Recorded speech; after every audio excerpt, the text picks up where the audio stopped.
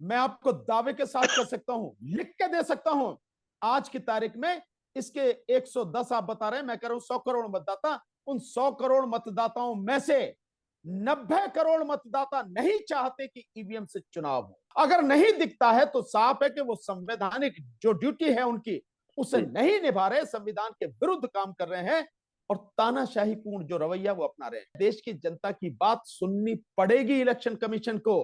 और इस देश में जो पब्लिक सर्वेंट हैं, यानी सरकारी अधिकारी और कर्मचारी हैं, उनमें बहुत बड़ी संख्या ऐसे कर्मचारियों और अधिकारियों की है जो छटे हुए बेईमान हैं। वो ऐसे अधिकारी हैं जो सरकार के सामने पूरी तरह से नतमस्तक हो चुके हैं, उसके चरण चुंबन कर रहे हैं। बात बहुत सीधी सी है कि प्रक्रिया पारदर्शी करो, जो हर कोई अपनी आंखों से देखे। बात खत्म। नमस्कार। ईवीएम के खिलाफ पूरी दुनिया में आवाज उठी तो पूरी दुनिया से ईवीएम को बैन कर दिया गया। लेकिन भारत देश में ऐसे सैकड़ों लोग हैं, करोड़ों लोग हैं जो कहते हैं हमें ईवीएम पे भरोसा नहीं है। सरकार से गुहार लगाई, सुप्रीम कोर्ट से गुहार लगाई, हाई कोर्ट से गुहार लगाई, यहां के पत्रकार तक बिक चुके हैं, यहां की ब्यूरोक्रेसी बिक जाती है। अगर ऑपोजिशन आवाज उठाने की कोशिश करता है तो उसकी आवाज को दबा दिया जाता है। कुछ एक एक्टिविस्ट अगर ईवीएम के बारे में चर्चा करना भी चाहे तो उनको भी डराया धमकाया जाता है। हम जैसे कुछ जो गिने चुने पत्रकार बच गए हैं, जो कह रहे हैं, बोल रहे हैं ईवीएम के बारे में, तो उनको भी अगर आप देखें हमारे वीडियोस के नीचे सीधे तौर पर इलेक्शन कमीशन ऑफ इंडिया अपना प्रचार चलाना शुरू कर देती है और यह कहती है जी ईवीएम जो है वो सही है। ईवीएम की ये जो जंग है, ईवीएम के खिलाफ जो ये प्रोटेस्ट हो रहे हैं, देश भर में हो रहे हैं, ये एक जन आंदोलन का शेप लेते दिख रहा है। दिल्ली में जंतर मंतर में प्रोटेस्ट हुआ, चेन्नई में प्रोटेस्ट हुआ और इसी तरह से आप देखेंगे देश भर में जगह जगह छोटे छोटे लेवल पे इस वक्त तो प्रोटेस्ट हो रहे हैं और ये एक बहुत बड़ा रूप लेना शुरू कर चुकी है। इसके पीछे के कई कारण हैं जिसमें साफ तौर पर यह कहा जाता है कि ईवीएम पे गड़बड़ी हो सकती है, लेकिन इलेक्शन कमीशन ऑफ इंडिया उस गड़बड़ी को प्रूफ करने के लिए समय नहीं देता है। ऑपोजिशन 28 पॉलिटिकल पार्टीज हैं जो चिट्ठी लिखती हैं, जो कहती हैं कि हमें समय दीजिए, नहीं दी जाती है। सुप्रीम कोर्ट के सीनियर लॉयर्स इसी सवाल को उठाते हैं, उनको भी समय नहीं दिया जाता। तो अगर आम आदमी जाके ये गुहार लगाए तो क्या हो। इसी मुहिम को आगे बढ़ाते हुए सुप्रीम कोर्ट के सीनियर लॉयर भानु प्रताप सिंह जो हमारे साथ जुड़े हुए हैं और जो बहुत मुखर तरीके से इस विषय को बहुत जोर शोर से पूरे देश में उठाने की कोशिश करें। इनसे रूबरू होते हैं, उनसे समझते हैं कि ईवीएम के चलते जो देश में माहौल बनाया जाता है और जिस तरह से इलेक्शन कराए जा रहे हैं वो किस हद तक पारदर्शी है। सर, ईवीएम का जो विरोध है पूरे देश में शुरू हो चुका है। जिस तरह से मैं कहीं खबर पढ़ रहा था, आपने कई जितने भी पॉलिटिशियंस हैं उनको भी चिट्ठियां लिखी, कई सारे ऐसे पॉलिटिकल पार्टीज़ हैं जिनको आपने आगाह किया, आपने अपनी चीज़ें रखी। तो अब एक ऐसी सिचुएशन आ गई है जहां पर कल आपका एक प्रेस मीट भी था जहां पर यह कहा गया कि हमारे पास डेमोक्रेसी को बचाने के लिए सिर्फ 100 दिन बचे हैं। तो क्या ये 100 दिनों के बाद जो भी हम देश में देखने वाले हैं, जो भी बदलाव देखने वाले हैं, उसमें यकीनी तौर पर आप ये कहेंगे कि कभी इलेक्शन होएगा ही नहीं? हाँ, इसमें मुझे कोई शक नहीं, मुझे इसमें कोई शक नहीं है कि अगर इस बार का चुनाव ईवीएम से हुआ तो यकीन मानिए कि जो 400 के पार का नारा लगा रहे हैं बीजेपी वाले और प्रधानमंत्री मोदी ने तो इन 5 राज्यों में चुनाव के बाद में अपने कार्यकर्ताओं को संबोधित करते हुए जो कहा कि इस बार सभी सीटें जीतेंगे, यानी लोकसभा की सभी 543 सीटें जीतेंगे। वो कुछ भी हो सकता है और अगर ऐसा होता है कि मोदी सरकार सत्ता में वापस आती है दोबारा, तो आप यकीन मानिए कि इस देश में कोई चुनाव नहीं है। देखिए, 2 चीजों से यह बात और पक्की होती है। एक तो वन नेशन वन इलेक्शन की बात चल रही है। पूर्व राष्ट्रपति कोविंद, उनको इस कमीशन का एक चेयरमैन बनाया गया है कि इस विषय में वो अपनी रिपोर्ट दें। हम्म। और एक मैंने दिल्ली में पोस्टर देखा है, जिस अच्छा। पोस्टर में लिखा है one nation one leader, Modi ji का पोस्टर है, बीजेपी का पोस्टर है। ये सारी चीजें किस तरफ इशारा कर रही हैं? ये सारी चीजें इस तरफ इशारा कर रही हैं कि इस चुनाव के बाद में इस देश में लोकतंत्र को खत्म करके, संविधान को खत्म करके राष्ट्रतंत्र की स्थापना की जाएगी, जिसकी शुरुआत वो फॉर्मली कर चुके हैं नई संसद में सिंगोल नामक राजदंड को स्थापित करके। वो राष्ट्रतंत्र का प्रतीक है, लोकतंत्र से उसका कोई लेना देना नहीं। जी बिल्कुल। तो जो ईवीएम, हाँ सर, जो ईवीएम के खिलाफ इतने प्रदर्शन हो रहे हैं और ईवीएम पे उठते इतने सारे सवाल हैं, जैसे मैंने आपको बताया कि अगर अभी के आप आंकड़े देखें तो हमारे देश में 110 करोड़ वोटर्स हैं। इन 110 करोड़ वोटरों में से अगर हम 50%, 20% भी लेते हैं तो तकरीबन 20 करोड़ लोग सीधे सीधे ये कहते हैं हमें ईवीएम पे भरोसा नहीं है। जो कम से कम की मैं बात कर रहा हूँ, लोग तो ज्यादा है जो कहते हैं कि हमें ईवीएम नहीं चाहिए, हमें बैलेट वोट चाहिए। लेकिन जब इतने लोग कह रहे हैं कि हमें ईवीएम पे भरोसा नहीं है, तो क्यों इलेक्शन कमीशन ऑफ इंडिया ये नहीं कहता है कि हम वापस से बैलेट पेपर पे जाने की कोशिश करते हैं कम से कम? देखिए, मैं समझता हूं कि डेमोक्रेसी में किसी भी संस्था को और संवैधानिक संस्था को जिसकी जिम्मेदारी है कि संविधान के तहत काम करे, देश की जनता के लिए काम करे, वहां 20 करोड़ की संख्या बहुत बड़ी संख्या है। जी।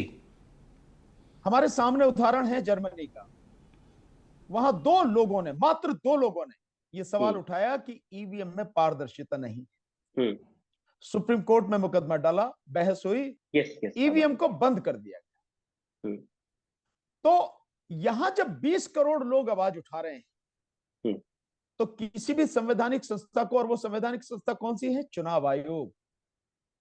चुनाव आयोग की जिम्मेदारी देश के संविधान के प्रति, देश की जनता के प्रति है। लोकतंत्र की जो स्वस्थ परंपराएं हैं उनको बरकरार रखने की जिम्मेदारी चुनाव आयोग की है। और चुनाव के संबंध में उसको जो इतने पावर दिए गए हैं, निष्पक्ष, स्वतंत्र और पारदर्शी कराए, इसके अलावा उसका कोई काम नहीं। और इन तीनों बातों को सुनिश्चित करने के लिए कि स्वतंत्र चुनाव हो, निष्पक्ष चुनाव हो और पारदर्शी चुनाव हो, जो भी कदम चुनाव आयोग को उठाने हैं वो उसको उठाने हैं। लेकिन जब चुनाव आयोग इंडिया गठबंधन के नाम से जो 28 राजनीतिक दल हैं, वो जो लेटर लिखते हैं, और वो लेटर भी बड़ा, मतलब समझता हूं इससे तो कम डिमांड कोई हो ही नहीं सकती कि जो वीवीपैट की पर्चियां हैं, कि वो वीवीपैट की पर्ची मतदाता को मिल जाए और वो उन्हें एक बैलेट बॉक्स में डाल दे और उनकी गिनती हो जाए। हकीकत में तो वही वोट है। सही बात। वोट तो वही है ना। जो ईवीएम मशीन में जो वोट गई कंट्रोल यूनिट में, उसका तो हमें पता ही नहीं है कि हमने जो वोट दी है, जिस कैंडिडेट को दी है, जिस पार्टी को दी है, हमारा वोट उसी को गया है, उसी के खाते में दर्ज हुआ है या नहीं हुआ है, हमें कुछ नहीं पता, या किसी और को गया है। क्या स्थिति है? बिल्कुल हम अंधेरे में हैं। और इलेक्शन कमीशन बार बार कहता है कि साहब, हम कह रहे हैं कि जो ईवीएम मशीन है वो पूरी तरह से पारदर्शी, पूरी तरह से बिल्कुल ठीक है, कोई दिक्कत नहीं है। हमने 6 तारीख को, परसों, बाकायदा डेमोन्स्ट्रेशन करके दिखाया कि मशीन में किस तरह की धांधली होती है। और ये डेमोन्स्ट्रेशन हमने परसों ही नहीं दिखाया। 2019 में हमने 5 बार डेमोन्स्ट्रेशन किए जंतर मंतर दिल्ली पर। हमने उनमें बाकायदा ईवीएम मशीन में, केवल ईवीएम मशीन में कैसे धांधली होती है वो भी दिखाया, और वीवीपैट में कैसे धांधली होती है वो भी दिखाया, बार बार दिखाया। ये चीजें लगातार हो रही हैं। तो क्या इलेक्शन कमीशन के पास में इस बात का कोई जवाब है? कोई जवाब नहीं है। वो कहता है कि हम कह रहे हैं, आप इस बात पर विश्वास कीजिए। और इलेक्शन कमीशन की हठ धर्मिता यहां तक देखिए कि जिस रिपोर्ट का अभी आपने थोड़ी देर पहले जिक्र किया था, जो रिपोर्ट है citizen commission on election report EVM and VVPAT, उस रिपोर्ट को जिसने तैयार किया है वो सुप्रीम कोर्ट के, हाई कोर्ट के रिटायर्ड जजेस हैं, आईआईटी के एक्सपर्ट्स हैं, प्रोफेसर हैं। ऐसे काबिल लोग हैं जिन्होंने तैयार किया, और उसमें कई रिसर्च पेपर्स हैं, कई बुक्स हैं, उनका रेफरेंस देके, और जो इस समय वर्तमान में सारी पद्धति चली आ रही है उसके साथ उसका तुलनात्मक अध्ययन करके वो रिपोर्ट तैयार की गई। ठीक, और उस रिपोर्ट को आज की तारीख में सिग्नेचर करने वाले जो लोग हैं वो 74,700 लोग उसको सिग्नेचर करने वाले हो गए हैं। कौन कौन है उनमें सिग्नेचर करने वाले? उनमें सुप्रीम कोर्ट के रिटायर्ड जज, उनमें हाई कोर्ट के रिटायर्ड जज, उनमें लोअर कोर्ट्स के जज, उनमें प्रोफेसर्स, उनमें आईआईटी एक्सपर्ट्स, उनमें एडवोकेट्स, उनमें डॉक्टर्स, उनमें फौज के रिटायर्ड लोग, आईएएस ऑफिसर्स, आईपीएस ऑफिसर्स, मतलब, और पत्रकार, इवन पत्रकार भी कई हैं उसमें, सोशल वर्कर बहुत है उसमें। इस तरह के लोगों ने वो रिपोर्ट तैयार करके सिग्नेचर करके दी है, लेकिन इलेक्शन कमीशन ने अभी तक इनमें से किसी को ना तो मिलने का समय दिया और ना ही उस रिपोर्ट का कोई जवाब दिया। इससे ज्यादा इस देश के लोकतंत्र के साथ भद्दा मजाक और क्या हो सकता है कि आप पब्लिक की आवाज नहीं सुन रहे? कम से कम आप सुनिए तो सही। उन लोगों ने, जो सिटीजन कमीशन है, इलेक्शन कमीशन के लोगों को भी बुलाया, केवल एक व्यक्ति आया, बाकी कोई नहीं आया। इलेक्शन कमिश्नर्स नहीं आए, उनके आए जो एक्सपर्ट्स थे वो नहीं आए। ये स्थिति आज की तारीख में है और ये स्थिति खत्म हो जाएगी। ये सारी की सारी, अगर ईवीएम से चुनाव होता है तो सब कुछ नष्ट हो जाए। और अभी आपने एक आंकड़ा बताया कि आपने जो अभी सर्वे किया है, जो उस सर्वे में 90% लोग, 90%, 95% लोग नहीं चाहते कि ईवीएम से चुनाव हो, वो बैलेट पेपर से चुनाव हो चाहते हैं। इससे ज्यादा और क्या चाहिए ईवीएम को हटाने के लिए और बैलेट पेपर को लाने के लिए? बैलेट पेपर से जितनी पारदर्शिता है वो किसी और से हो ही नहीं सकती, क्योंकि अनपढ़ से अनपढ़ अशिक्षित व्यक्ति भी जानता है कि वो जिस उम्मीदवार को, जिस पार्टी को वोट देना चाहता है, उसकी वोट उसी को गई है और उसी के खाते में गिनी जाए। जर्मनी की जो अदालत है उसके 7 ऐसे बिंदु हैं जिसको उन्होंने अपने वर्डिक्ट में रखा था ईवीएम को बैन करने के समय पे। भारत देश में भी सुप्रीम कोर्ट तक मसला गया, रिट पिटिशंस खारिज कर दी गई। अब तो ऐसे पिटिशंस को एंटरटेन तक नहीं कर रही है हिंदुस्तान के अदालतें। तो उन्होंने जो लिखा बहुत ही इंटरेस्टिंग है, मैं आपको शायद एक आध लाइन्स पढ़ के भी बताना चाहूँगा, तो शायद आप अपनी प्रतिक्रिया उसमें रख सकें। उसमें साफ तौर पर लिखा है, the voting process should be transparent in a manner that the general public can be satisfied that their vote is correctly recorded and counted. यही बात तो आम भाषा में, हाँ, आम भाषा में यह है कि जो वोट डाल रहा है वोटर, वो सही उसी इंसान को वोट डाल रहा है, और क्या उसका वोट काउंट हो रहा है ये आप बताइए। ये तो जर्मनी की अदालत का वर्डिक्ट में पढ़ रहा हूं सर जी। हम भी यही बात कह रहे हैं कि इस देश का जो मतदाता है, उसका जो संवैधानिक अधिकार है, उस अधिकार को सुरक्षित रखने के लिए ये इलेक्शन कमीशन की जिम्मेदारी है कि जो वोटिंग प्रोसेस है, काउंटिंग प्रोसेस है, वो पूरी तरह से पारदर्शी होना चाहिए। कोई भी व्यक्ति किसी भी समय उसे देखना चाहे, खुली आंखों से देखे और उसको साफ नजर आता हो कि सब कुछ साफ साफ हो रहा, कहीं कोई गड़बड़ी नहीं, कहीं कोई दिक्कत नहीं है। मैं बार बार यही बात कहता हूं। देखिए, 3 मशीनें इस्तेमाल होती हैं ईवीएम। एक कंट्रोलिंग यूनिट जिसकी गिनती होती है, जिसके विषय में हमें कुछ नहीं पता कि ये जो मशीनें हैं वाकई में हमारा वोट इसमें दर्ज हुआ है या नहीं हुआ है, जिसको हमने दिया है उसी के खाते में दर्ज हुआ है या कहीं और हुआ है। ठीक सर। दूसरी है बैलेट यूनिट, जिसमें हम बटन दबाते हैं लेकिन उसकी कोई गिनती नहीं होती, केवल हम बटन दबाते हैं। और तीसरी है आपकी वीवीपैट। वीवीपैट की जो पर्चियां हैं, वो पर्ची उसी में दिखती है 7 सेकंड के लिए और उसी में गिर जाती है। यह समय पहले 15 सेकंड था। जो उस पे शीशा लगा हुआ वीवीपैट पे, वो बिल्कुल व्हाइट था तो साफ नजर आता था। अब वो ब्लैक है जो नजर नहीं आता। और उसमें किस तरह की हेराफेरी होती है वो हमने बाकायदा जंतर मंतर पर डेमोन्स्ट्रेशन करके दिखाया। अगर वो पर्ची, क्योंकि असली वोट वही है, वो पर्ची अगर आप इसी से भी कराने के लिए आपकी मतलब आत्मा इसी से संतुष्ट होती है कि हम इसी से कराएंगे, तो वो पर्ची अगर उस मतदाता को मिल जाए और वो फिजिकली चेक कर ले अपने हाथ में लेके, हाँ मैंने जिसको दिया था ये वोट मेरा उसी को है, ठीक सर, और उसको वो बैलेट बॉक्स में डाल दे, उसकी गिनती कराई जाए, वही वोट है। लेकिन यहां सब कुछ अंधेरे में है। इलेक्शन कमीशन क्यों कहता है इस बात को कि हम पे विश्वास करो? क्यों करे विश्वास? होते कौन हो तुम? क्या है तुम्हारी हस्ती? क्या हम तुम पे विश्वास करें? की भी बात पर इसलिए विश्वास मत करना ना कि कोई संत और महात्मा कह रहा है। किसी की भी बात पर इसलिए विश्वास मत करना ना कि कोई गुरु कह रहा है। किसी की भी बात पर इसलिए विश्वास मत कर देना कि आपके माता पिता कह रहे हैं। अगर मैं भी कोई बात कह रहा हूं तो मेरी बात पे भी विश्वास मत करना। विश्वास तभी करना जब आप अपने अनुभव से, तर्क से जान पाओ कि यह बात सही है, तभी विश्वास करना। इससे अच्छा पैमाना क्या होगा? इलेक्शन कमीशन क्यों कहता है? इलेक्शन कमीशन सबके सामने, दुनिया के सामने दिखाए ना, ये रहा प्रोसेस, पब्लिक ऑडिट के लिए बिल्कुल ओपन है, हर कोई आके देख ले, अगर इसमें कहीं कोई गड़बड़ी नजर आती है तो हमें बताए। ऐसा तो कहीं नहीं कहा हो सकता। और ये चीजें आप देखिए, दो और बातें हैं जो इसको बड़ा मतलब बिल्कुल इलेक्शन कमीशन को, मैं इलेक्शन प्रोसेस की बात नहीं, इलेक्शन कमीशन को कटघरे में खड़ा कर देता है।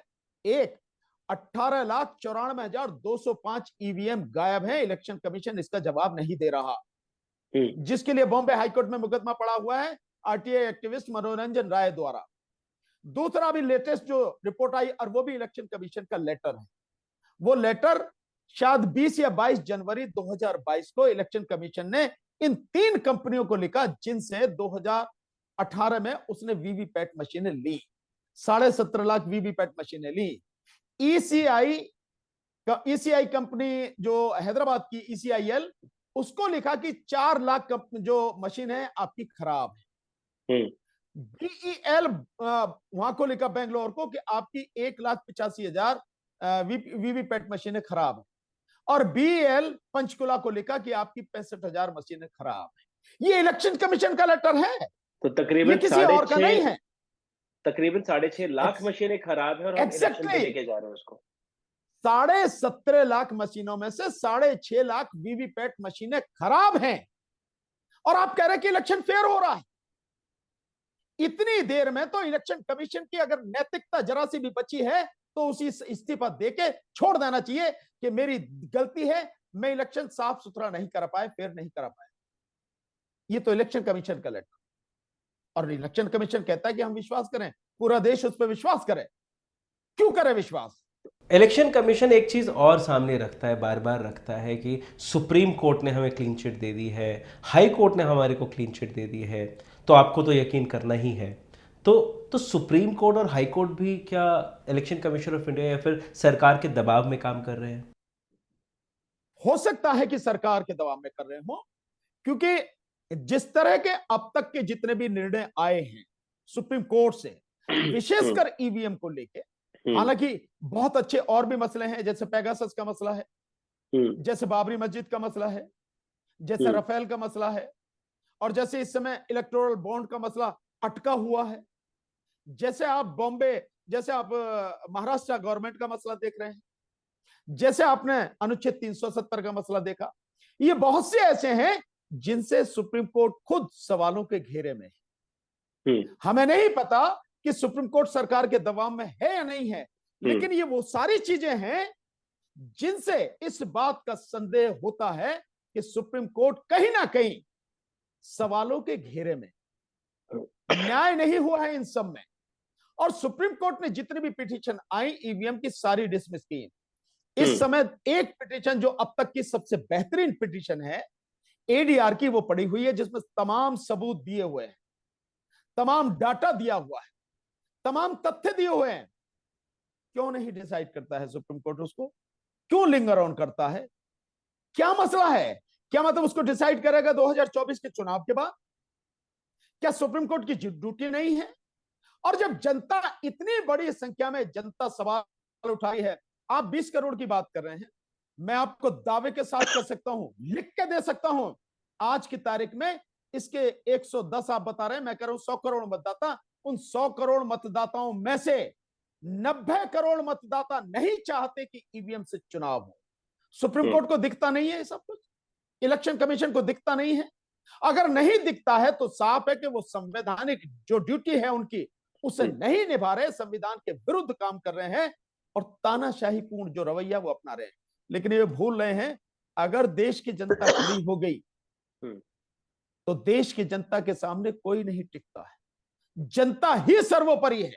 सुप्रीम कोर्ट से ऊपर भी कौन है? जनता है। अगर आपको ध्यान होगा, जब 2018 में सुप्रीम कोर्ट के 4 जज ने आके बाहर प्रेस कॉन्फ्रेंस की और कहा कि लोकतंत्र खतरे में, तो किससे कहा? किससे कहा उन्होंने? लोगों से कहा ना। इसका मतलब यह है कि देश की जनता ये सर्वोपरि है। देश का संविधान किसने बनाया? कौन है संविधान के निर्माता? देश की जनता। जब ही तो कहा है ना, we the people of India, हम भारत के लोग, वही है ना। तो देश की जनता है, देश की जनता की बात सुननी पड़ेगी इलेक्शन कमीशन को। वो देश की जनता से ऊपर नहीं। सुप्रीम कोर्ट के उलट जो जर्मनी की अदालत थी, उसका एक बहुत ही बेहतरीन मैं एक लाइन आपको सुनाना चाहूँगा, क्योंकि लोगों को ये समझ ही नहीं आता है कि एक और अदालत है जो एकदम मुखर होकर एकदम स्ट्रॉन्ग सेंटेंस देती है, वर्डिक्ट देती है। Ordinary citizens should be able to check an essential steps in the voting process in a special expert knowledge is required than all should be able to select their own experts. यानी जब हम ballot paper पे हम थप्पा लगाते थे, हमें पता होता था कि हम वोट कैसे डाल रहे हैं। खोला, उसमें थप्पा लगाया, फोल्ड किया, उसके बाद हमने जाके बैलेट बॉक्स में डाल दिया। तो हर एक इंडिविजुअल, चाहे वो पढ़ा लिखा है नहीं पढ़ा लिखा है, वो एक्सपर्ट है नहीं है, कोई फर्क नहीं पड़ता। तो उसको पता था कि मुझे थप्पा लगाना है, किसको लगाना है, और मैं अपने हाथ से कर रहा हूँ। तो वो पूरे प्रोसेस को एक्सपीरियंस करता हुआ जाता था और तब जाके वोट डालता था। यहाँ पर ईवीएम मशीन है और वीवीपैट है, जो तो आपको लोगों को पकड़ा दिया। अच्छा, वहाँ पे मेमोरी है, वहाँ पे गिनती होती है तो नहीं होती है, जैसे आपने कई बार इस चीज़ को बताया है। कहाँ गिनती हो रही है? जो यूनिट है जो इलेक्शन ऑफिसर के पास है वहाँ हो रही है। तो वहाँ पे किसके पास वो वोट गया किसी को नहीं पता।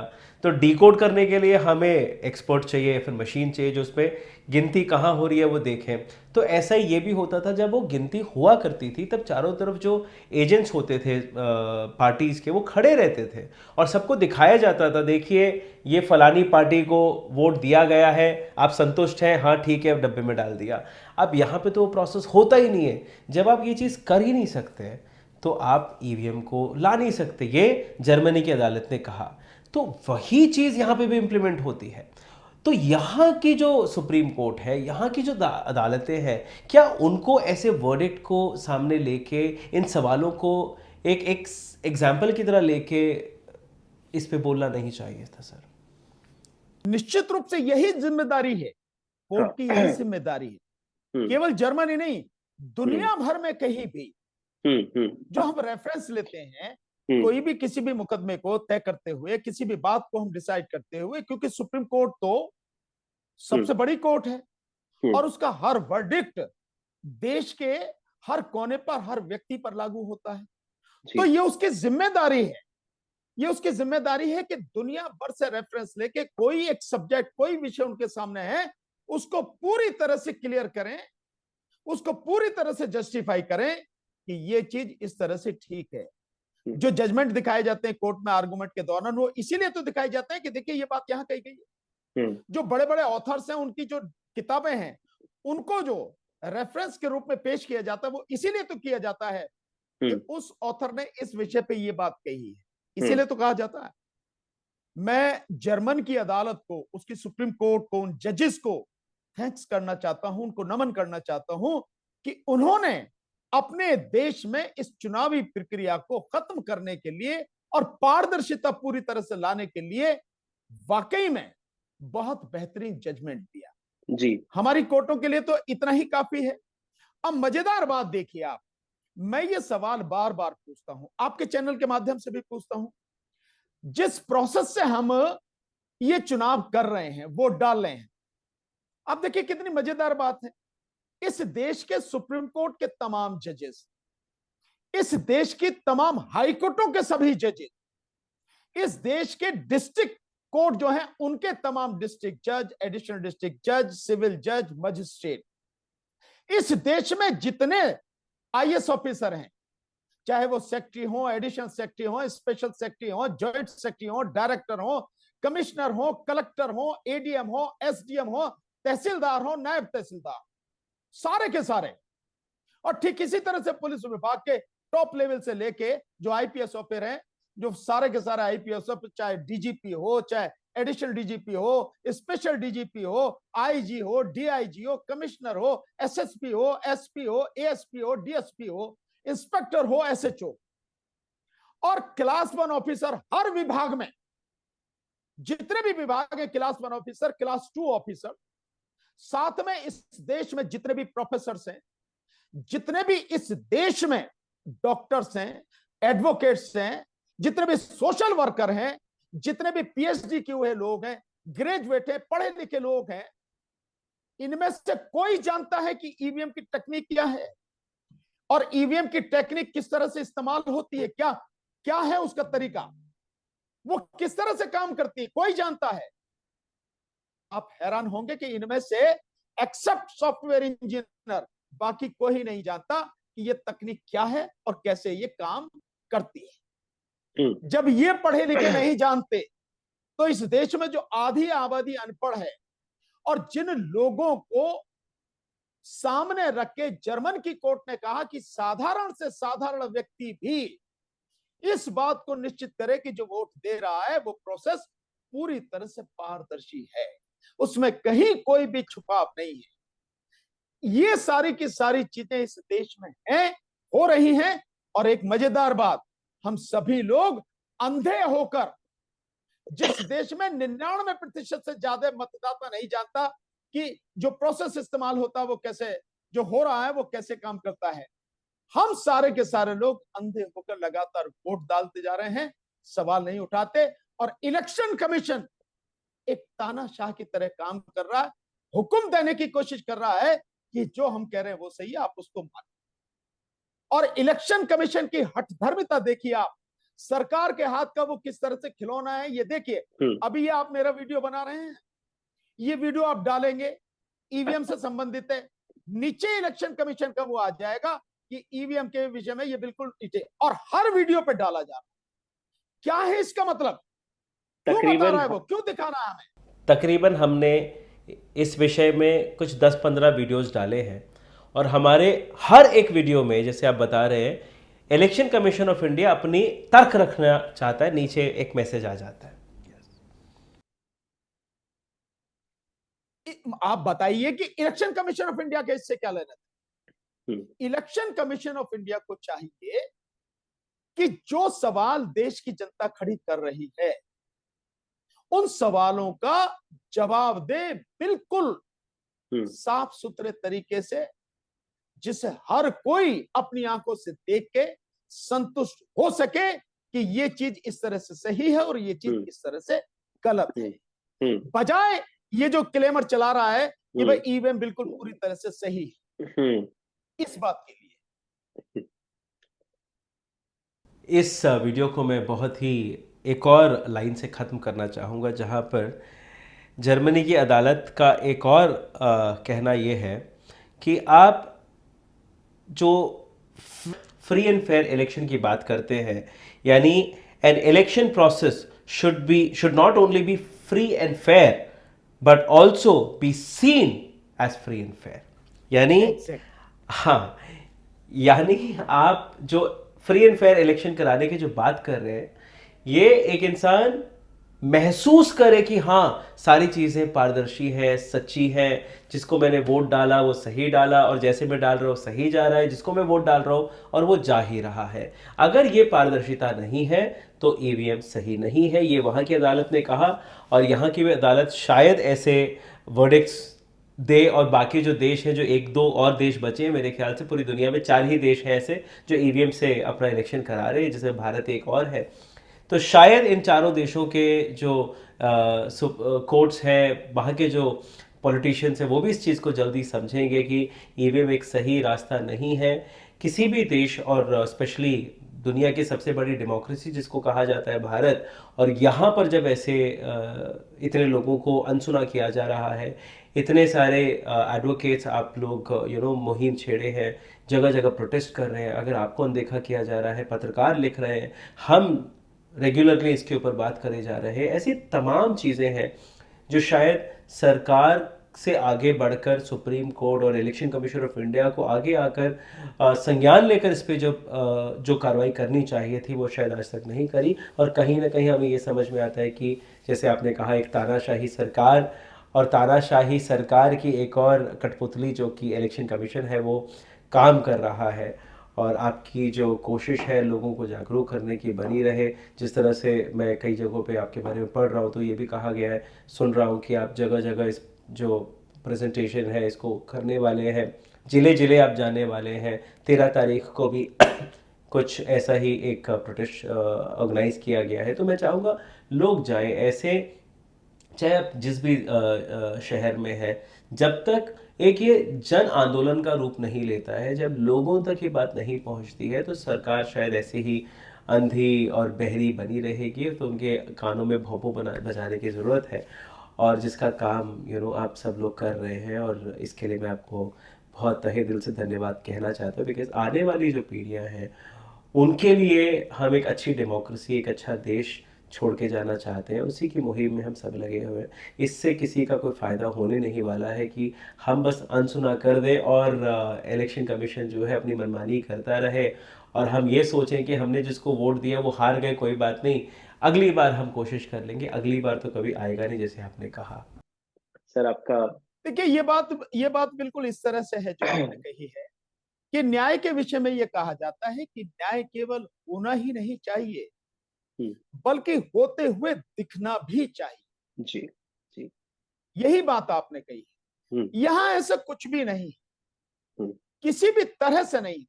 देखिए, इलेक्शन कमीशन की जो जिम्मेदारी है, न केवल ये प्रोसेस पारदर्शी होना चाहिए, बल्कि एक और बड़ी जिम्मेदारी मैं कहूंगा कि इलेक्शन कमीशन टीएन शेषन साहब के बाद में शायद लिंगदो साहब हुए हैं, और उसके बाद में जो स्थिति रही है, इलेक्शन कमीशन के जो उनका तरीका रहा है बहुत गलत रहा है।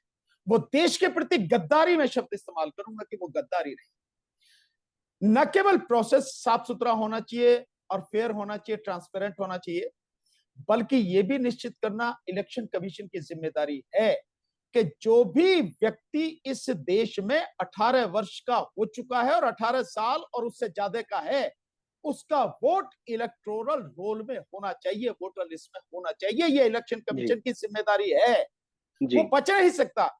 लेकिन यहां पर आप देखेंगे कि एक रिपोर्ट 2019 से पहले आई थी, और वो साथी हैदराबाद के हैं, और एनडीटीवी इंडिया पर और उस पर दवायर पे वो स्टोरी बाकायदा चली कि उसमें उस समय 5 करोड़ मुस्लिम्स और 6 करोड़ दलितों के वोट कटे हुए थे वोटर लिस्ट में से। और अभी आपने पीछे देखा, हमने 2022 के चुनाव में उत्तर प्रदेश में देखा, हाथरस विधानसभा के अंतर्गत एक गांव के 750 वोट एक पर्टिकुलर कम्युनिटी के कटे हुए थे। अभी दिल्ली में एमसीडी का चुनाव हुआ, इसी में हमने देखा कि एक एक उसमें विधानसभा के अंदर एक एक उसके जो वार्ड है उसके अंतर्गत 2000 से लेके 7000 8000 तक वोटें कटी हुई। ये स्थिति है। सो ये जिम्मेदारी किसकी है? इसका मतलब यह है कि आपने जिनकी वोट काटी, आपने उनका संवैधानिक अधिकार उनसे छीन लिया। ये अपराध किया आपने, ये जघन्य अपराध है। और आपने केवल यही नहीं, आपने जो बड़े सिलेक्टेड रूप से काटी, तो इलेक्शन कमीशन अगर ये काट रहा है, या यूं कहो कि इलेक्शन कमीशन इसको सुनिश्चित नहीं कर पा रहा कि किसी भी जाति धर्म का व्यक्ति हो, किसी भी समाज समुदाय का व्यक्ति हो, किसी का भी वोट कटना नहीं चाहिए, तो आप बेशक अपराध ये कहो कि हमने तो नहीं किया, ये जो नीचे के अधिकारी जो कर रहे हैं ये कर रहे हैं, तो फिर आप किस लिए हैं? ये आपकी जिम्मेदारी नहीं है कि आपके अंडर में सारे अधिकारी होते हैं, सारा कंट्रोल तो इलेक्शन से संबंधित आपके हाथ में होता। तो कैसे वोटें कट रही? ये किसकी जिम्मेदारी है? आपकी जिम्मेदारी। आप इसे नहीं अपराध जो है इसको नहीं लागू कर रहे हैं, इसलिए आप अपराधी हैं। तो यहां इलेक्शन कमीशन जो जिस तरह की बातें कर रहा है, ये इस देश के साथ में बहुत बड़ा देशद्रोह है, घात है। और मैं आपके माध्यम से सिर्फ एक ही बात कहना चाहूंगा, इलेक्शन कमीशन ने इस बात का जवाब नहीं दिया 2019 के चुनाव में कि जब 23 मई को वोटों की गिनती हो रही थी तो किस तरह से 373 लोकसभा सीटों पर 8,000 से लेकर 18,000 वोटें कम या ज्यादा थी। ये इसी रिपोर्ट में लिखा है, हमने तो अपनी उसमें दिया था, राष्ट्रपति को जब ज्ञापन दिए 4 बार 2019 में, हमने उस पर लिखा बाकायदा। लेकिन आपकी इस रिपोर्ट में भी इसी बात का हवाला है। जी, इलेक्शन कमीशन ने कोई जवाब नहीं दिया। जी, इलेक्शन कमीशन के पास इस बात का कोई जवाब नहीं है। अगर ईवीएम सही है तो जो कैंडिडेट हैं उन कैंडिडेट के वोट जिस बूथ में हैं उस बूथ में उनका वोट शून्य निकला। मैं आपको ऐसे 3 उदाहरण दिखा सकता हूं जो अभी राजस्थान में एक विधानसभा में हुआ और मध्य प्रदेश में एक विधानसभा में हुआ, और ठीक इसी तरह से उत्तर प्रदेश में 2019 के लोकसभा चुनाव में मिस्टर सुभाष कश्यप जो बागपत लोकसभा थे उनके बूथ में उनका वोट जो शून्य निकला। जी, जी। इलेक्शन कमीशन के पास इस बात का भी जवाब नहीं है कि जो बैलेट उससे पोस्टल बैलेट से जो गिनतियां होती हैं उसमें कैसे बीजेपी बहुत पीछे होती है, और जब ईवीएम की गिनती आती है तो कैसे बीजेपी जीत जाती है। 199 सीटों पर मध्य प्रदेश में इन्हीं चुनाव में 230 में से कांग्रेस आगे थी, बीजेपी का आता पता भी नहीं था, 3/4 से ज्यादा बहुमत। और 2022 में उत्तर प्रदेश में पोस्टल बैलेट में 403 में से 304 विधानसभा सीटों पर समाजवादी पार्टी आगे थी, और जब ईवीएम का रिजल्ट आया तो समाजवादी पार्टी 121 पर सिमट गई और बीजेपी 200 सीटें से भी ज्यादा लेकर सरकार बना लेती है। इलेक्शन कमीशन के पास जवाब। एक और चीज बताना चाहूं बस, देखिए जो ये मशीन इस्तेमाल होती, जिस समय चुनाव हो रहा होता है, वोटिंग पड़ रही होती, उस समय ये तीनों मशीनें इस्तेमाल होती हैं, तो जो कंट्रोलिंग यूनिट है उस कंट्रोलिंग यूनिट पर एक पीछे एक स्टिकर लगा होता है। उसमें जो इंफॉर्मेशन होती है वो इंफॉर्मेशन होती है कि किस राज्य में चुनाव है, क्या चुनाव है, विधानसभा का या लोकसभा का, और ये किस लोकसभा या विधानसभा क्षेत्र का चुनाव है। उसके बाद में जो मशीन है, कंट्रोलिंग यूनिट है, उसका क्या नंबर है, जो वीवीपैट है मशीन उसका क्या नंबर है, सबके यूनिक नंबर होते हैं, और जो बैलेट यूनिट है उसका नंबर क्या है, ये सब उस पर लिखे होते हैं। जिस मशीन को जो इंजीनियर ऑपरेट करता है उस इंजीनियर के सिग्नेचर होते हैं। उस मशीन पर उस किट पर पीछे जो रिटर्निंग ऑफिसर होता है उसके सिग्नेचर होते हैं, और उस पर एक और इंफॉर्मेशन होती है कि ये मशीन किस बूथ पर इस्तेमाल हो रही है, उस बूथ का नंबर होता है, और ये रिटर्निंग ऑफिसर अपने हाथ से डालता है वो बूथ मशीन पर। अब इसके बाद होता क्या है कि जिस समय चुनाव होता है ये सब दिखा दी गई चीजें, ये मशीन चेक कर लो साहब, सील लग रही है, मॉक पोल हो गया। देन उसके बाद में जो पूरा चुनाव हो जाता है, शाम को जब मशीनें बंद होती हैं तो एक लेटर, एक फॉर्म दिया जाता है जो पार्टियों के एजेंट हैं उन पार्टियों के एजेंट्स को दिया जाता है। उसमें क्या इंफॉर्मेशन होती है, उसमें इंफॉर्मेशन होती है कि यहां इस बूथ पर इतनी टोटल वोटें पड़ी, इतनी इस बूथ पर वोटें थी, इतनी पुरुष वोटें पड़ी और इतनी महिला वोटें पड़ी। बस ये इंफॉर्मेशन दी जाती है। मुझे इस समय ध्यान नहीं है कि उसको फार्म का नाम क्या है, शायद फार्म का नाम 17 शायद, मुझे पता नहीं, एग्जैक्ट नहीं पता। उस पर कहीं भी ये इंफॉर्मेशन नहीं होती कि जो कंट्रोलिंग यूनिट थी उसका नंबर क्या था, जो बैलेट यूनिट थी उसका नंबर क्या था, जो वीवीपैट मशीन थी उसका नंबर क्या था, और जो बूथ संख्या थी उसका नंबर क्या था उस पर पड़ा हुआ। ये कहीं भी उस फॉर्म में मेंशन नहीं होता। अब आप बताइए, आपने अपने अनुभव से देखा होगा, आप तो पत्रकार रहे हैं, हमने तो इलेक्शन देखे भी हैं, लड़े भी हैं, और हम एजेंट भी रहे हैं, काउंटिंग एजेंट भी, पोलिंग एजेंट। जी, जी। दिखाते क्या है जिस समय काउंटिंग होती है, हम्म, उस समय दिखाते कि देखो साहब ये मशीन है, इसमें इधर उधर देखो सब सील है ना, हाँ सब सील है, गिनती शुरू करें साहब, हाँ शुरू करें।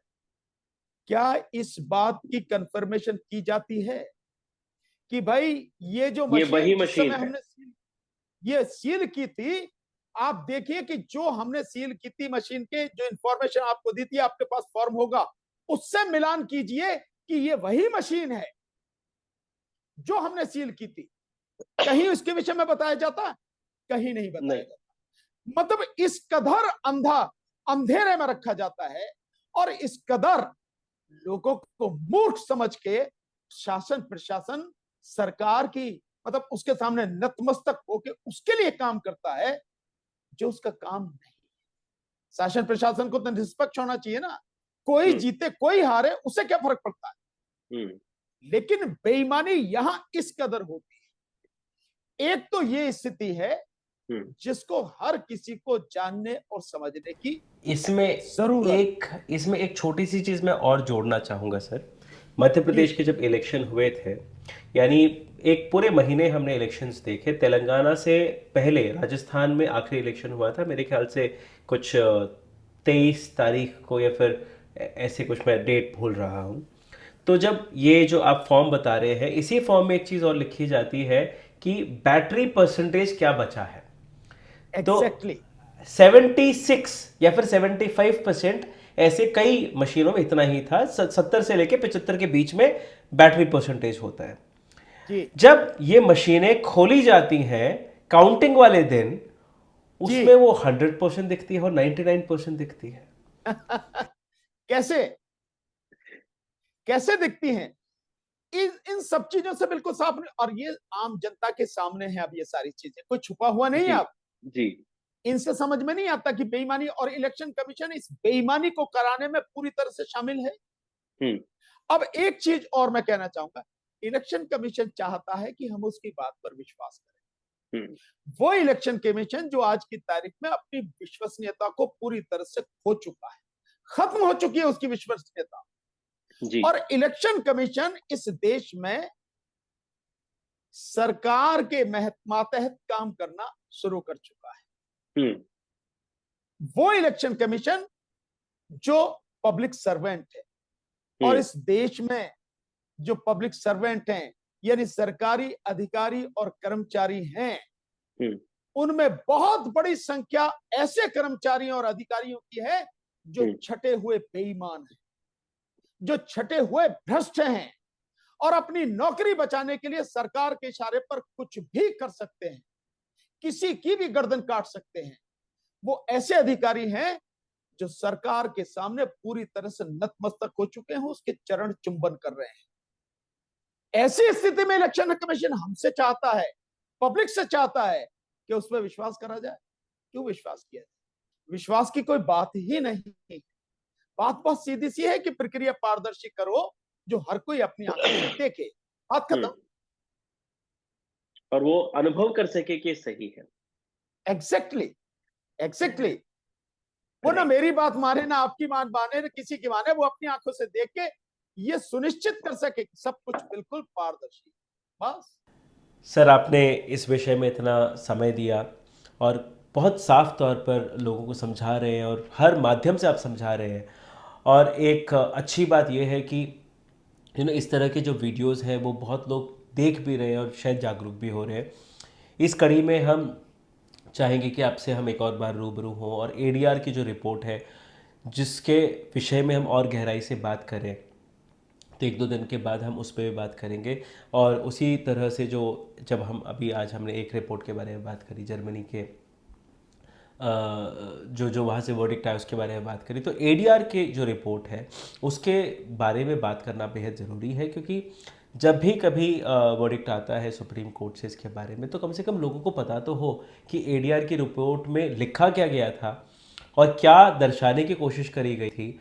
और जब तक ये चीज़ें लोगों तक नहीं पहुंचेंगी तो शायद लोग और ज़्यादा जागरूक नहीं हो पाएंगे। और ये सारे एविडेंसेस हैं, बहुत गहरी रिसर्च के बाद, बहुत सारे जो एक एक्सपीरियंस्ड पैनल है जिसने ये तमाम चीज़ें करी हैं, और उस पर भी अगर सुप्रीम कोर्ट शांत बैठा है, उस पर भी अगर इलेक्शन कमीशन ऑफ इंडिया शांत बैठा है, तो कहीं ना कहीं साफ नज़र आता है कि किसी न किसी के प्रेशर में चल के ये तमाम चीज़ें करी जा रही हैं।